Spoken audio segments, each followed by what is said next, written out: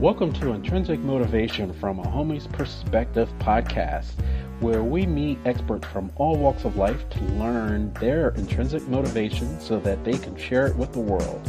What do we have in store today? Stay tuned to find out more.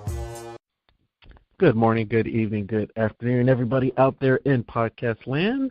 You are in tune to another episode of Intrinsic Motivation from a Homie's Perspective. This is Hamza. And I am David.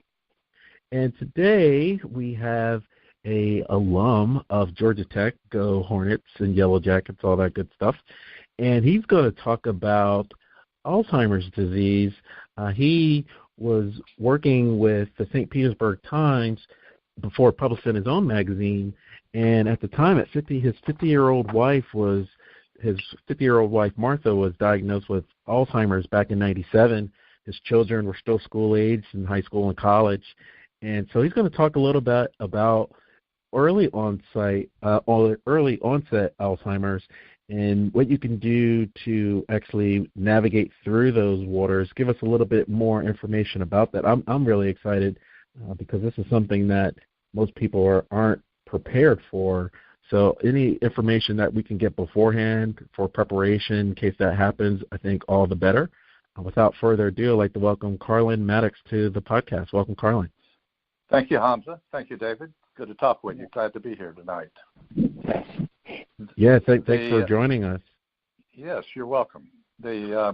Just to pick up on what you were saying, Hamza, my wife was diagnosed with early onset at age 50. I was 52 at the time.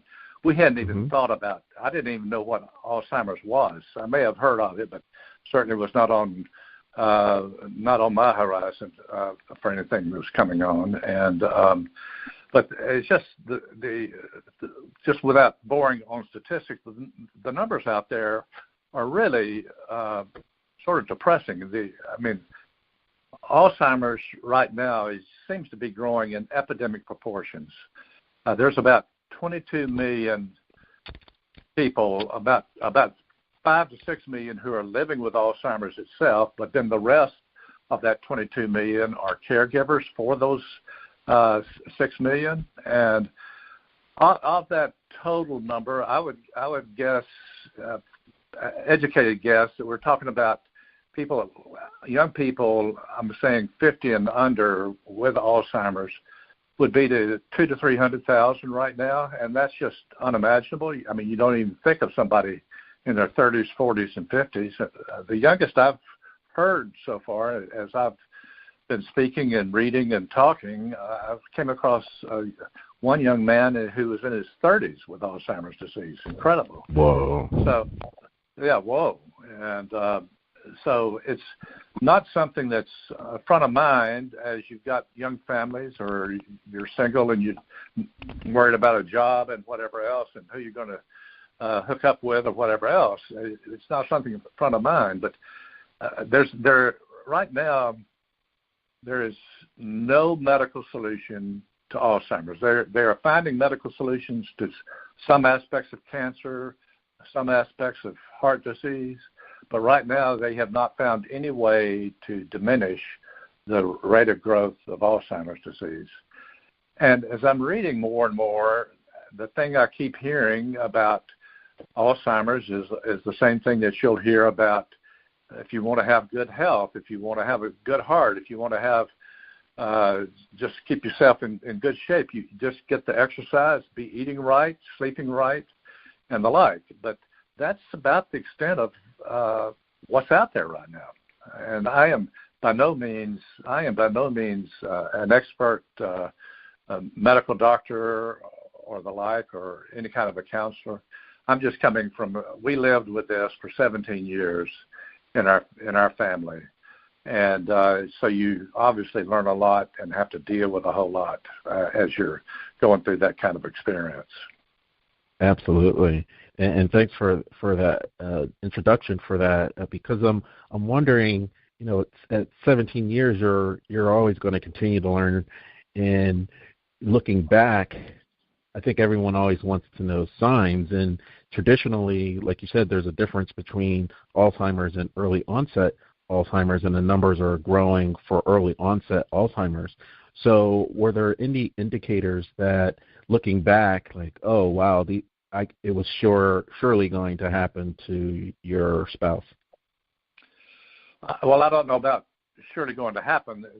There were questions raised. The most significant thing for me was a year before Martha was diagnosed with Alzheimer's. She was running for an open seat in the Florida State Legislature. Martha had been very actively involved in politics and in civic activities. She'd been on the city council here in St. Petersburg, Florida, back in the 80s. And so it was in 96 that she was running for this Florida State legislative seat. And there was one event where Martha and the three other candidates for this seat were speaking to a group called the Tiger Bay Club. And this was the most significant event during the whole campaign. And the format is audience members would ask a question, and each of the candidates had to respond. And I'd seen Martha in scores of situations like this where previously she had been very direct, very responsive, and just gave very common sense answers. But on this day, in July of 96, Martha had to ask for every question to be repeated. And when she responded, her answers were off the mark just a bit. I didn't know what was going on. And when we got home, I said, Martha, what happened out there? Because in hindsight, I think the way she mishandled that event cost her the election. She lost by 20 votes. But I asked Martha what was going on, and she said she was clueless. She said, "What are you talking about? Everything went just fine." And so that raised a lot of questions, and I and our children began to notice that Martha was forgetting names more frequently and forgetting appointments. And so we got Martha into a doctor about a year after that, in September of 97, to get tested. And it was later in that month that we got the diagnosis. I'd like to we're going to dive into all the minutia and everything, but I want to kind of play time traveler, if you will, with 96, and it's 2018. I'm sure you've seen a lot, and there's no medical solution. So,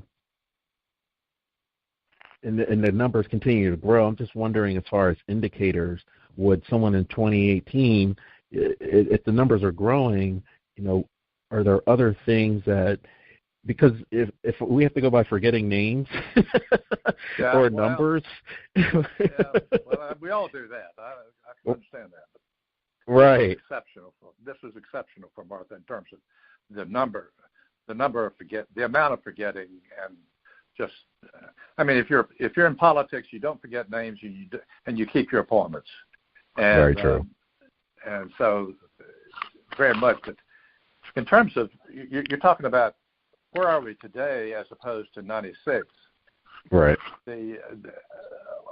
One of the main things today is there is a lot more good information out there, online, in books, support groups. The medical community is much more aware, I think, of the kind of symptoms. I was talking to Martha's neurologist recently, and he was just talking about how important it was just to get a good, clear diagnosis. And he just gave an example. He said that a patient came into him who had been diagnosed by someone who wasn't specialized in the field.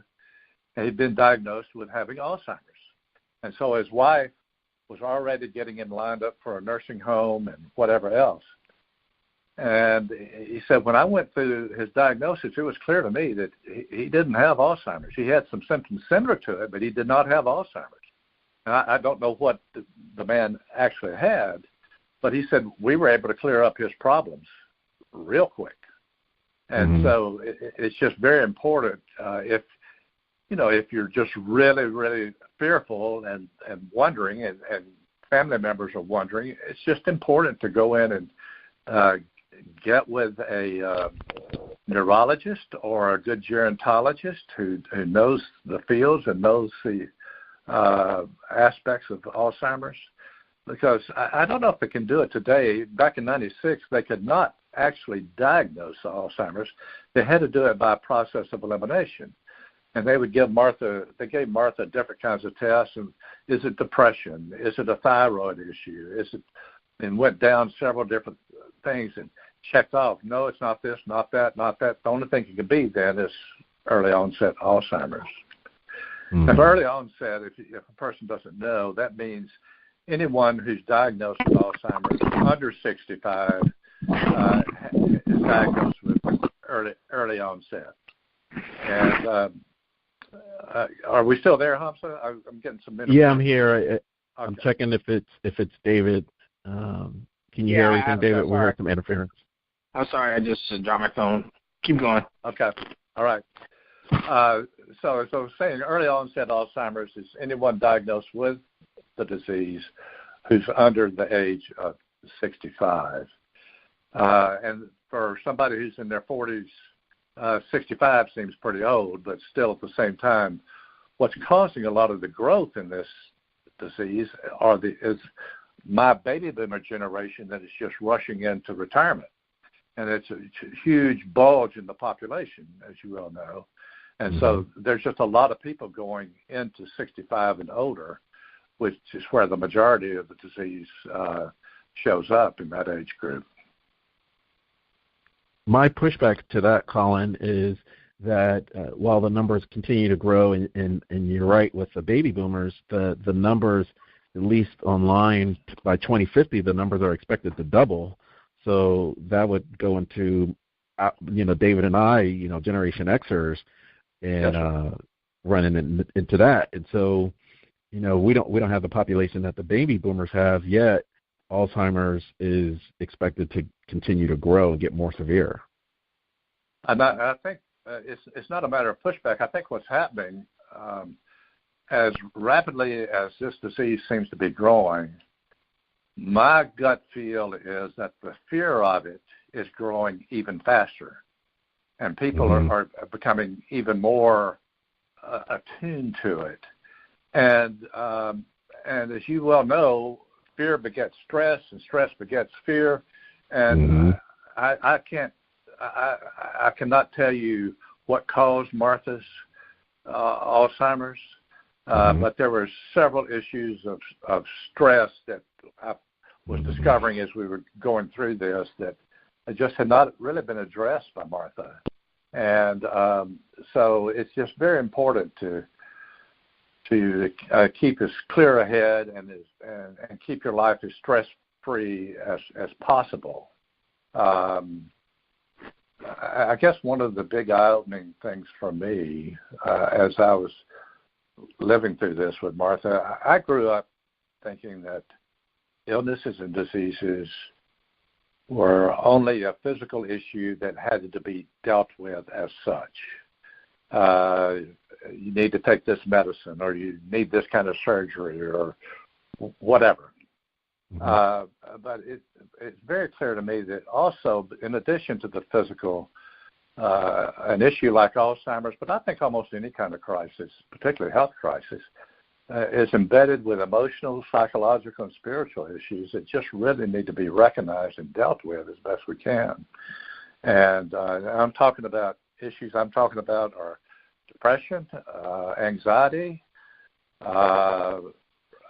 just long-term resentment, anger, guilt, certainly stigma that's associated with mental disabilities like Alzheimer's. All these things, I usually in the past would just sort of ignore them and keep pushing ahead, but they really need to be addressed some way, getting with a good counselor or a good spiritual mentor or someone that you have confidence in, and just work through some of these things and just get them out of your system as best you can.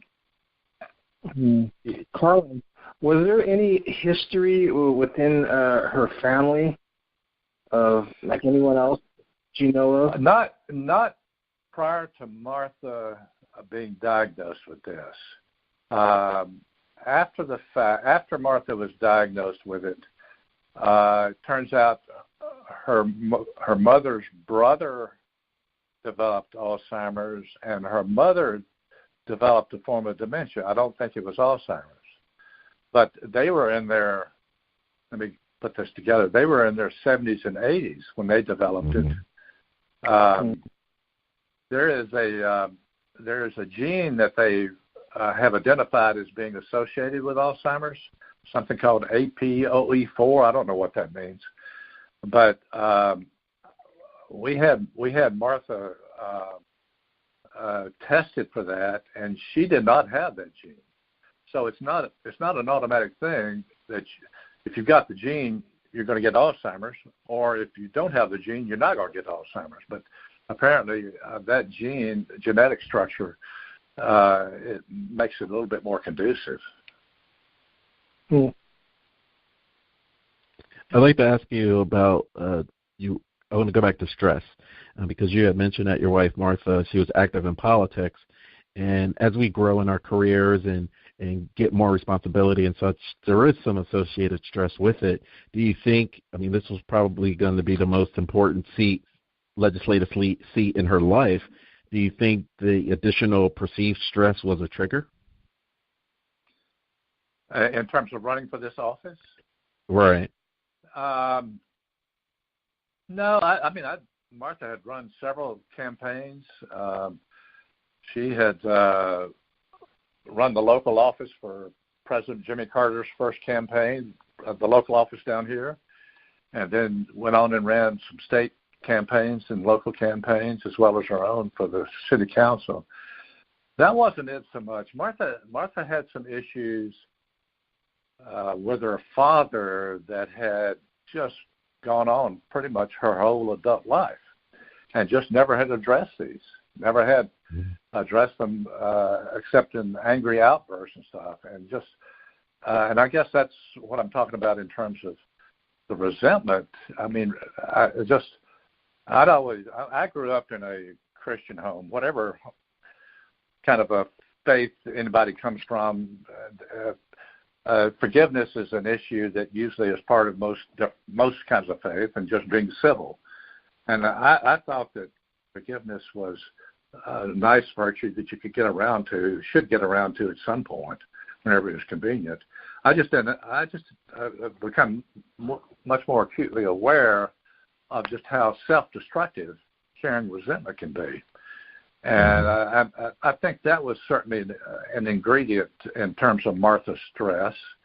I mean, Martha's energy level was twice mine, and she was always on the move, and so she didn't take time to just be quiet and still and reflective and whatever that I think all of us need to do at different intervals in our lives.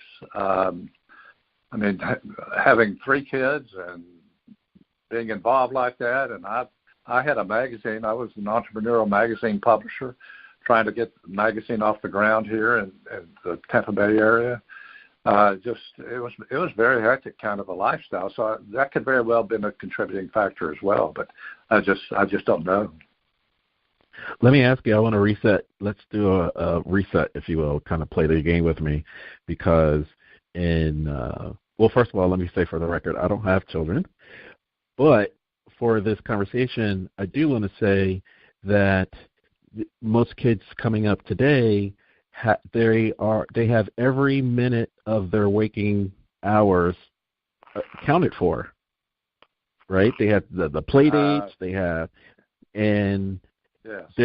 they don't lay on their back and out in the backyard and watch the clouds go by or watch clouds form, or they don't have that free time.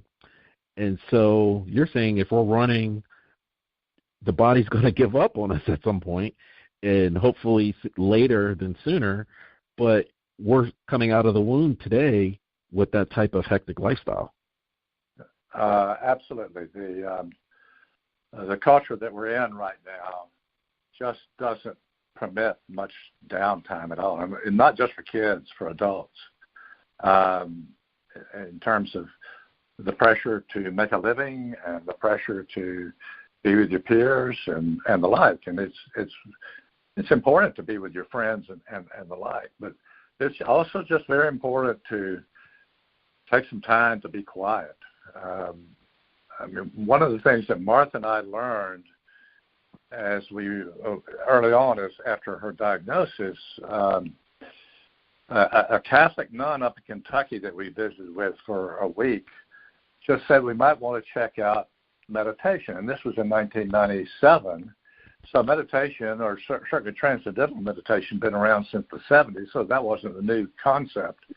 But neither one of us had practiced that, of just being quiet for 15 to 20 minutes in the morning, 15 to 20 minutes in the evening, and just doing whatever the concept of meditation is. We were repeating a word or a mantra just for that period of time.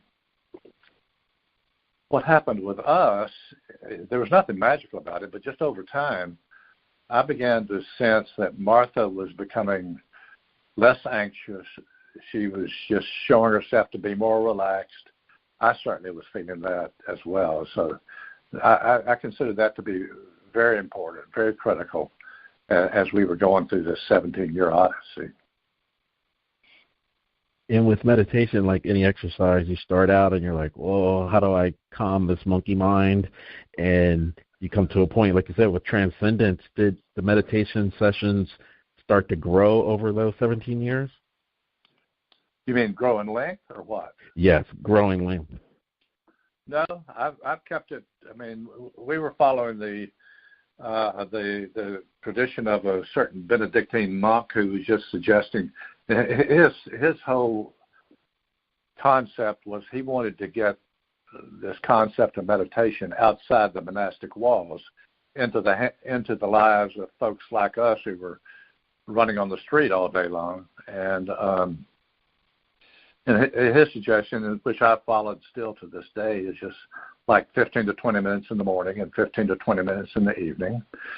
Mm-hmm. And then if you feel yourself getting stressed up, just taking a deep breath, relaxing, and repeating that mantra for a few minutes and just sort of backing away from that scene and then going back in after you sort of caught yourself that way. So, it hasn't grown to hours on end or whatever else. I read a book about the Dalai Lama and Archbishop Tutu, and I saw that both of them the Dalai Lama was meditating 3 to 5 hours early in the morning, and Bishop Tutu was praying 2 to 3 hours every morning. I've never gotten to that point. Sure. I'm laughing. There's a saying, and I wish I could remember where I heard the saying, but from a religious standpoint, someone was, at the end of the night, and they were lamenting. They were going through a crisis, and so they were, praying like, how come you won't listen to me? You won't answer me, and I've done all the right things I'm supposed to do. And so the Creator, or Jesus, at this point said, well, you pray to me in the morning, or you pray to me in the evening, and then you don't know anything about me. You don't think I exist during the day. I'm with you throughout the whole day. Exactly. So. Well, yeah. I mean, my experience has been that this discipline practice of sort of on the bookend of the days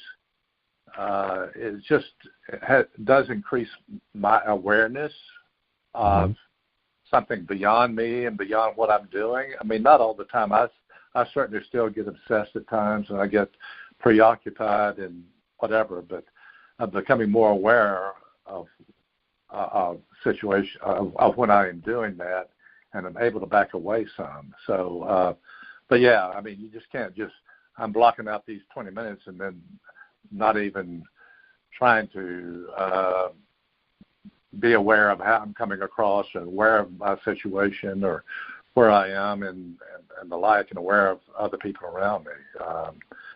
So, I'm not a theologian or a pastor or anything, so I probably don't understand all I'm supposed to on that, but it certainly was helpful to us. And I do know that what surprised me about as we would spend this time in meditation is I sensed an intimacy, just a nonverbal intimacy growing between Martha and me that we had not experienced in the 25 years of our marriage at that point.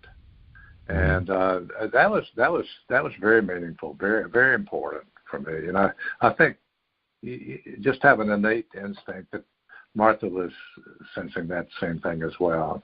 She never talked to me about it. Well, I'm able to talk to me about that. But I sensed that was there as well. Yeah. I'm sorry, go ahead.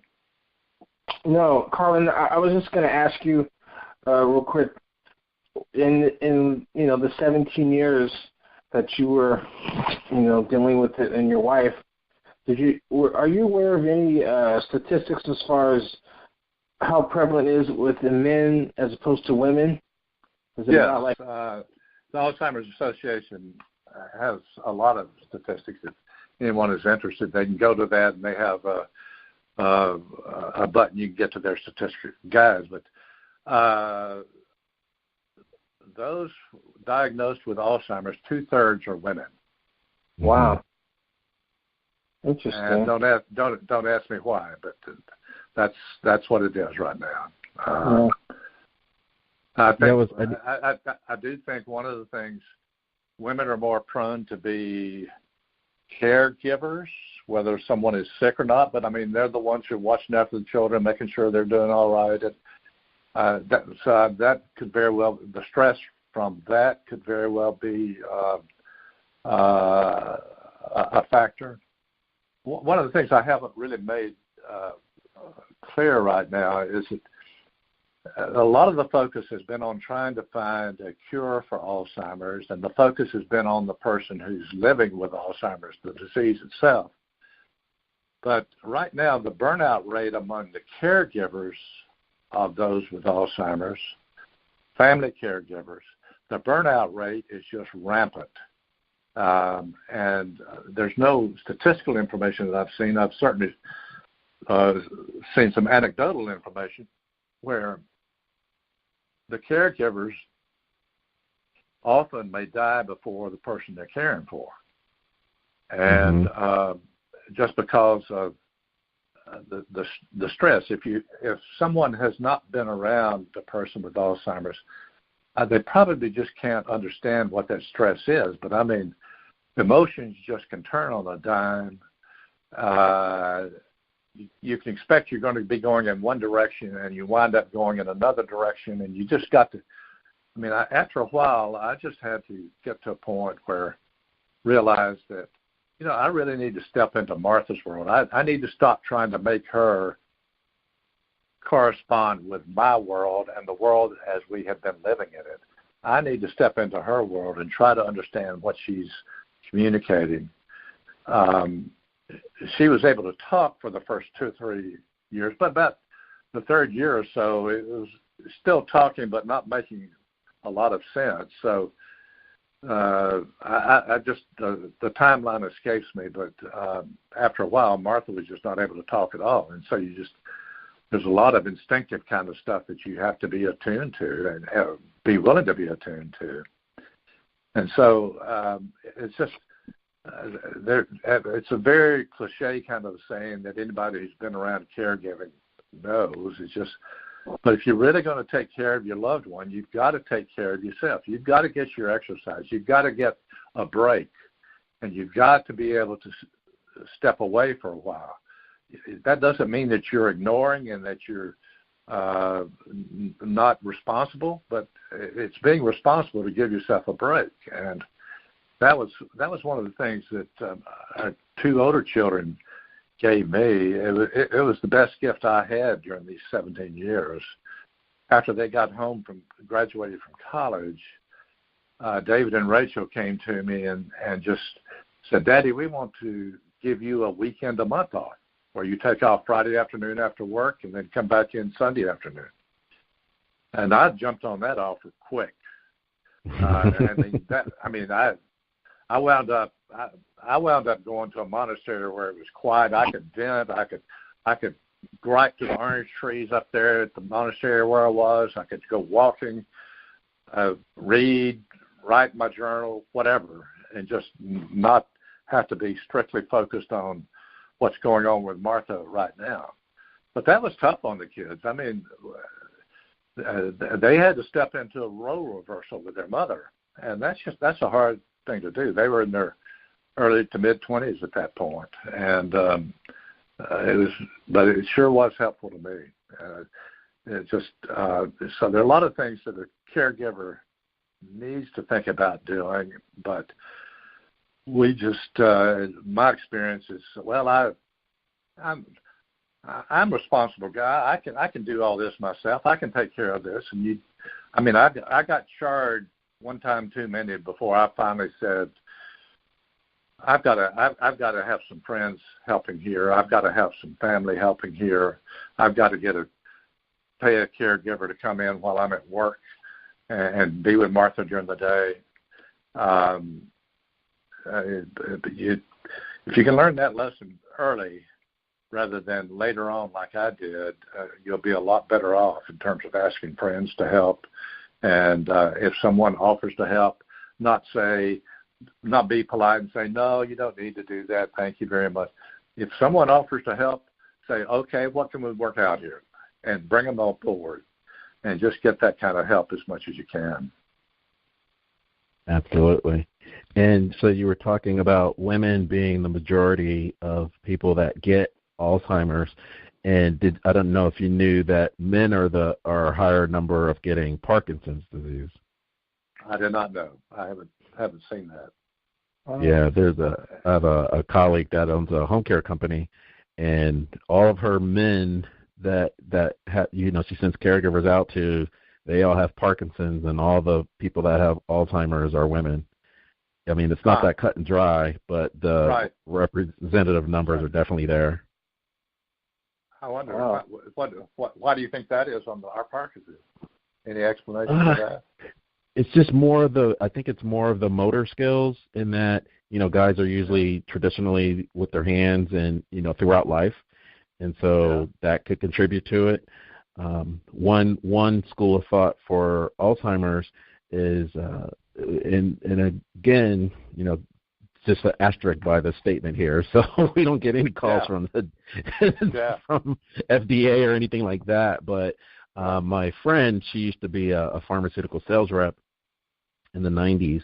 And in the 90s, there was a lot of pushes from the industry that I won't name so we don't get flagged. But there was a huge push in the 90s for cholesterol pills. And when people were taking those cholesterol pills, a unfortunate side effect was the actual extra oxygen or water liquid that keeps the brain healthy was actually drying out. And so there's a school of thought that it exacerbated and brought on Alzheimer's. Yeah. Well, after going through the 17 years of this, I wound up writing a book on our experiences. And I didn't think about my kids asked me why I decided to write the book, and it was not on my mind going through that, but I felt like I'd learned so much and had so much sort of interesting experiences through this odyssey that it was worth just trying to explain it. And I'm a journalist by background, an editor and journalist, and so I don't know if you mind my mentioning the book or not. Not at all. It's called A Path Revealed: How Hope, Love, and Joy Can found us in a maze called Alzheimer's. A Path Revealed, and it can be found on. You can buy it from any bookstore, order it from any bookstore. They probably don't have it in stock, but Amazon would have it in stock or whatever else if anybody's interested. And it just really, I've gotten excellent feedback on it. It's been pretty strong sales, and so I pass that along to anybody who's interested. And I also I've been writing a blog since September of 2015, just laying out the experiences and my learning experiences through this. and that's on carlenmaddux.com, CarlenMaddux.com. Mm-hmm. And so if somebody wants to sign up and follow my posts on that, that's no charge on that. So just be glad to have anybody who'd be interested in that. Yes. Absolutely. So let me ask you with regards to the caregiver burnout. I personally lost a sister to suicide 2 years ago. And initially, like most people, like, well, you have all these questions. And then I started finding these support groups that was really helpful. And as our numbers continue to grow with Alzheimer's, have you done that route, or have you been a resource now in addition to your book of going to some of these groups? Because you have 17 years of experience that people can actually draw on. Yes. When Martha was diagnosed in 1997, there was I asked our neurologist about a support group, and he said, I know of only one here in St. Petersburg. And he discouraged me from getting involved in it. He said, the folks who are in that support group are dealing with a spouse who is in just the last stages of Alzheimer's. And I think you would find it more depressing than you would helpful. And so I never did check that out. But there were not a lot of support. There were just not many support groups at all. Today, there is just a lot more support groups around, and I've had the opportunity to just talk at a variety of support groups, church groups. Been interviewed on a number of radio programs, and like with you guys here on this podcast. So yeah, I've had that kind of opportunity and just been able to get the feedback from a number of people of how they're dealing with situations like this. And I've got one good friend up in Nashville who's now in the 12th year of caring for his wife, and he's been involved in just an excellent support group from the get-go, which is being led by a doctor, which is excellent, and it's just been very beneficial to him. So it just depends on where you live as to whether there would be any good support groups out there. My suspicion is that the more support groups will be in the larger cities or towns than just if you're out in a rural area. There may not be so much in terms of talking about the issues and how did this work for you and how did that work, and just getting that kind of a feedback. So, I mean, are you saying that you've been involved in a family suicide support group, or are you talking about just for? Yes, yes. And what I'm saying two things. One thing that I really appreciated was the human element. So you can kind of go touch these people. These are real people, and so. But the other side was since we're all connected online. You have the Facebook groups and such, so you're actually speaking with people across the world, and so you're kind of connected in that regard. And so I know on some of the boards on Facebook, there are moderators that kind of echo what you were talking about when you had spoken with your doctor, that they kind of monitor if you're going to go down that rabbit hole of depression, so it doesn't happen. It's more of let's kind of keep it light and let's all stay on the same page. So. Right. For a number of subject matters, I just found the groups helpful. You're absolutely right, Hamza. I mean, there's no question about it. And I'm sorry to hear about your sister. I mean, that's a tough. Is she older or younger than you? No, she was younger. Oh, okay. Yeah, and that actually kind of goes into my next question, because she was in Spain, right? She lived over there, and so. The question, like I was asking you initially, what were the early signs? And, someone not living that far away, you don't talk to them every day, you don't see them every day. And so earlier in the podcast, we were talking about, children having every hour of the day managed, and we kind of need to go back to letting them relax and have a childhood.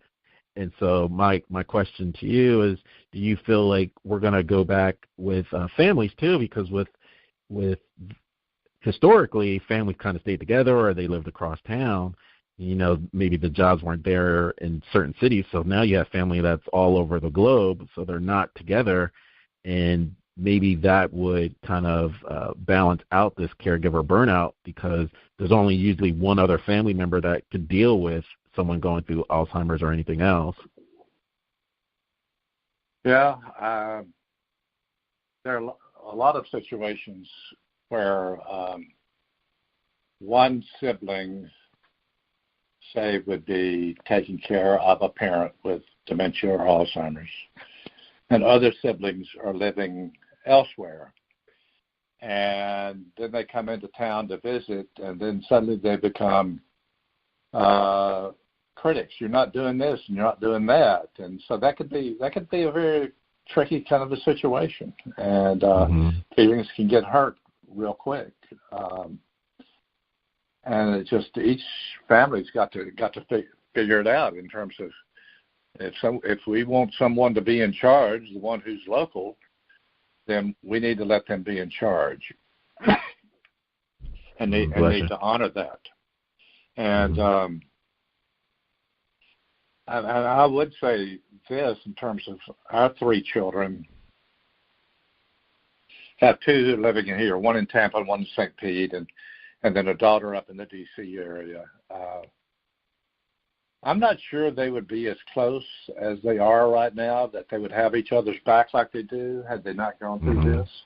And nobody wants to go through this, to have families get along with each other. But that certainly I think has been a very positive outcome out of a very tragic kind of a situation. And so, you know, it's every family is dysfunctional. What can I say? That's why everyone moves away, right? You're like, I got to get out of town. well, it just depends on the degree of dysfunction, and it just right. But anyway, yeah. It goes back to what you were saying earlier, Carlen, about resentment. And so you were saying, well, maybe women have it more because, you know, they're used to being the caregivers and they have so much stress associated with it. So they have this resentment that they don't usually voice. And if we're using this whole, it takes a neighborhood or it takes a community to raise a child, if there were other people around just in the rearing, you know, maybe that resentment wouldn't be there. Maybe we would see more signs, you know. It's just really interesting of way to attack it. I can't connect the dots quite that tightly. I mean, I had my own share of resentment, one in terms of within the family that I grew up in, but also just getting resentful that I was having to spend this much time taking care of Martha. And I just had to learn to let that go. And it's not an easy thing to do. It's certainly a lot easier just to talk about it than it was to do it. But yeah, I mean, it just growing up. I don't know how we do a major reshift in our culture, but it's just kids are either, as you're talking about, they're totally occupied or they're on an iPad or watching the TV or something else, and there's not as much reading time that's going down, which is a very quiet kind of time that you're just by yourself and reading. That's seems to be a lot more limited today, but certainly parents are very reluctant to let their kids just go out and wander the neighborhoods. I mean, when I was growing up, and I'm 73 now, but that's a different generation for you guys. But maybe from when you're growing up, I could go all over town and just agree that I'd be back by such and such time, and or generally, and it was no kind of an issue in those days. So I mean, our son David has 3 children who are 12 down to 6, and our daughter Rachel has 2 children who are 7 and 4, and they're dealing with different issues than when they were growing up and when we were having to deal with them. Oh, sure. Yeah, go ahead, David. No, I was going to ask Carlen. I don't know. In that 7 years, were you ever aware of the rates of Alzheimer's and globally, like in other countries? And did you maybe go through the phase of looking at treatment, like how other countries deal with treating it and looking for answers outside of the United States? I did do some exploring there. I didn't find out a lot of information. I was reading about a Harvard doctor, a neurologist who spent time in China and just talking about that experience, but it wasn't directly related to Alzheimer's. I mean, I was having to, there just weren't a lot of books out on Alzheimer's at that point, so I was going around in circles a lot, just trying to understand from as many different angles. So to be specific in my answer, I didn't find anything that people were coming up with answers about Alzheimer's that we haven't come up with here in the States, David. I forget the number, but it seems to be, it's just massive. If there are 5 to 6 million living with Alzheimer's here, I think worldwide, and I just don't hold me to this, it's something like 50 million worldwide with Alzheimer's. So it's just a massive problem that's not just identified with our Western culture here in the United States.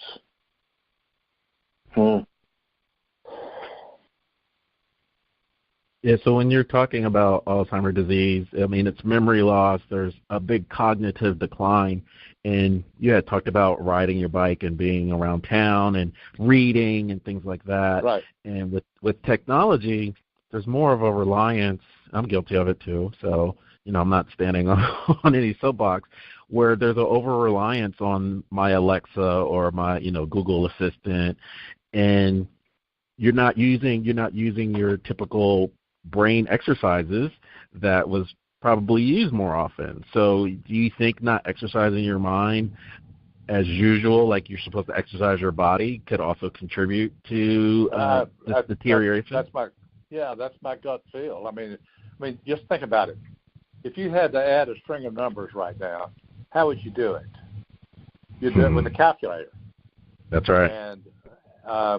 And you wouldn't even spend time going down the first row and then coming up the second row and then the third row and the fourth row. I mean, and that's just a different. I mean, I don't know what's happening in the schools right now. I don't know if they're just permitted to use calculators or if they have to do multiplication in their head and adding in their head or whatever else. But that could very well be a problem. We're just speculating here, guys. Sure, of course. In terms of what are the contributing causes. I read there's just been scores of clinical trials relating to Alzheimer's. 100 to 200 comes in that range. And Martha was in an experimental trial right after she was diagnosed. And none of them have produced anything. What they produced is, we know that this doesn't work, so we won't do that anymore. But I'll read in the paper or read in a magazine about this breakthrough or whatever else as far as resolving the whole issue of Alzheimer's, and I look down at the very bottom in the fine print. Well, this is still at the mouse stage. Okay. All right. Just let's put headlines out there whenever there's really something substantial here. Anyway, that's just sort of my gig right now in terms of. I guess I think that's fine. I think the other answer to that is I'm not sure if that's actually what happened on a grand scale now. The way technology is going, there's more of a proclivity, if you will, to going to personalized medicine. And so they are using technology to find those indicators, maybe not the APLE4 that you mentioned, that gene associated with Alzheimer's. But as we continue on, it seems like your Alzheimer's isn't like my Alzheimer's, and the treatment will be different. So have you seen any of that in your research with personalized medicine? No, I haven't. But, I mean, the point that you're making is everybody's situation is different. I mean, just this friend over here has cancer, and another friend over here has a different form of cancer. I mean, it's just right. That's what makes it's such a variable here. But no, I haven't gotten that deep into the weeds on that right now. No. Now, when someone's diagnosed with Alzheimer's, obviously you're not obviously prepared for it, especially early onset Alzheimer's. But you highlight that there's something that we learned in first grade that can help us take care of a parent or a spouse or a loved one with a long-term illness. I'd like for you to talk a little bit about that.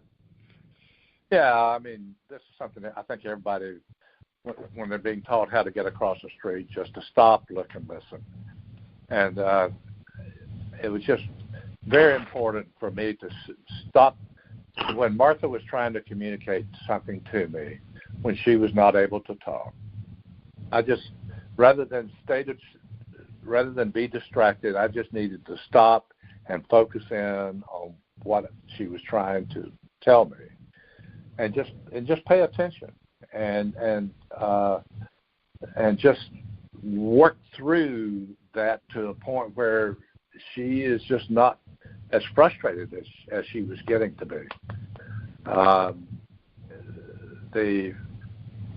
One of the things that was just an extremely great gift, if you will, about 18 months after Martha was diagnosed, and Martha was all of her life had been a very confident woman, but she became deflated after the diagnosis, and just the confidence had pretty much disappeared, become much more passive, and her outlook. Our sister-in-law encouraged Martha to get into a watercolor painting class, and it was just amazing. Martha had never been into painting. She'd always been an outdoor girl, liked tennis, liked swimming, dancing, hiking, that kind of thing. And I was surprised when she agreed to get into this class.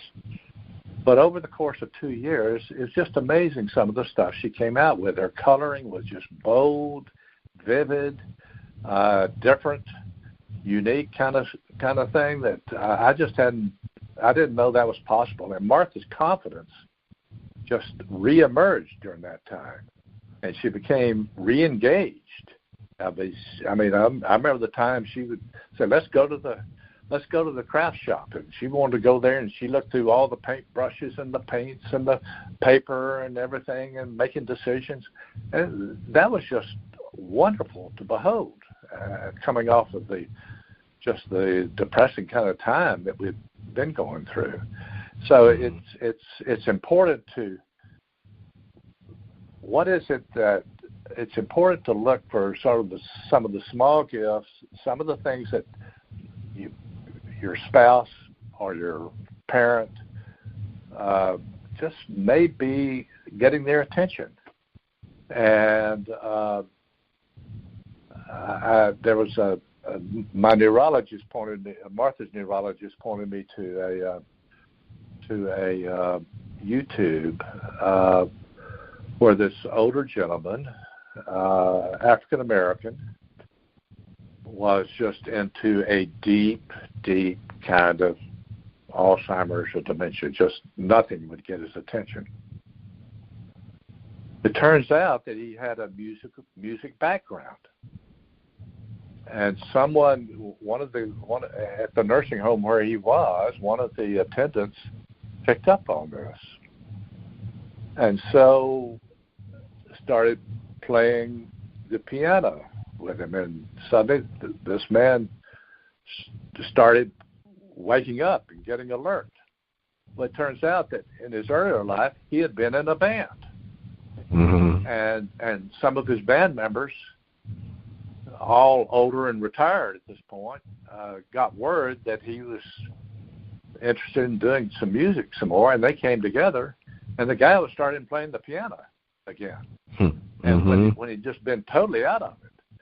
So it's really important to try to seek out those things that will just allow that inner person to reemerge, however that could happen. Those are really good points, Carlen. It makes me think of before a baby's born, how parents will play music to the baby. You know, it's supposed to increase their intelligence. And as you're saying, later in life, you're kind of reminded of the simple things.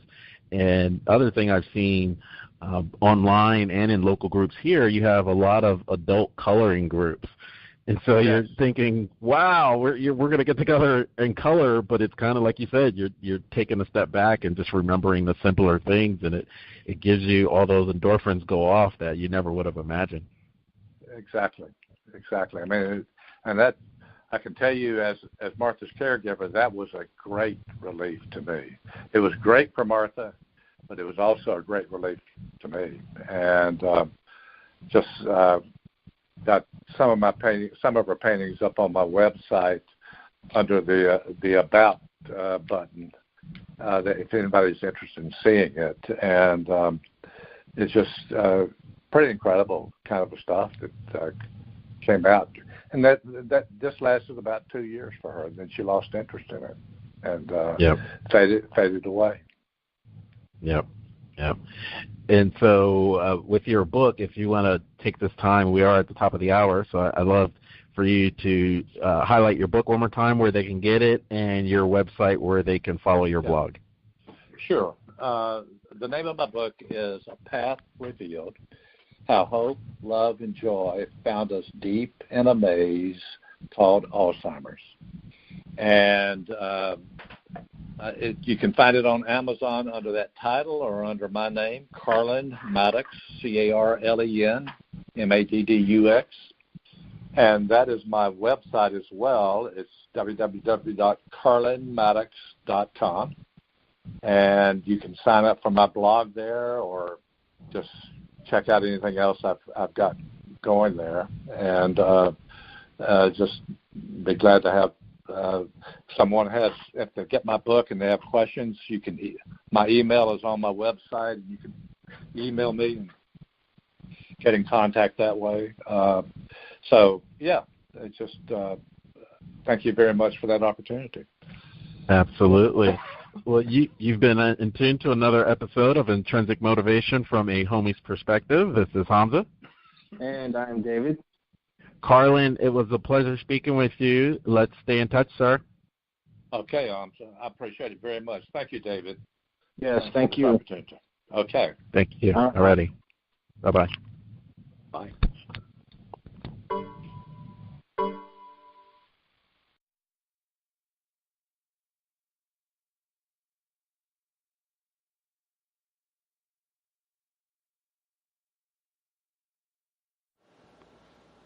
Thanks again for checking out another episode of Intrinsic Motivation from a Homie's Perspective podcast. Please check us out on our website at intrinsicmotivation.life, where you can click on the Speak Pipe button and leave any suggestions for future podcasts that you'd like us to cover. Also, check us out on our social media sites. We have a YouTube channel, Facebook page, iTunes podcast, in addition to Stitcher and Google Play, all under Intrinsic Motivation from a Homie's Perspective. Check you out next time. Have a great day.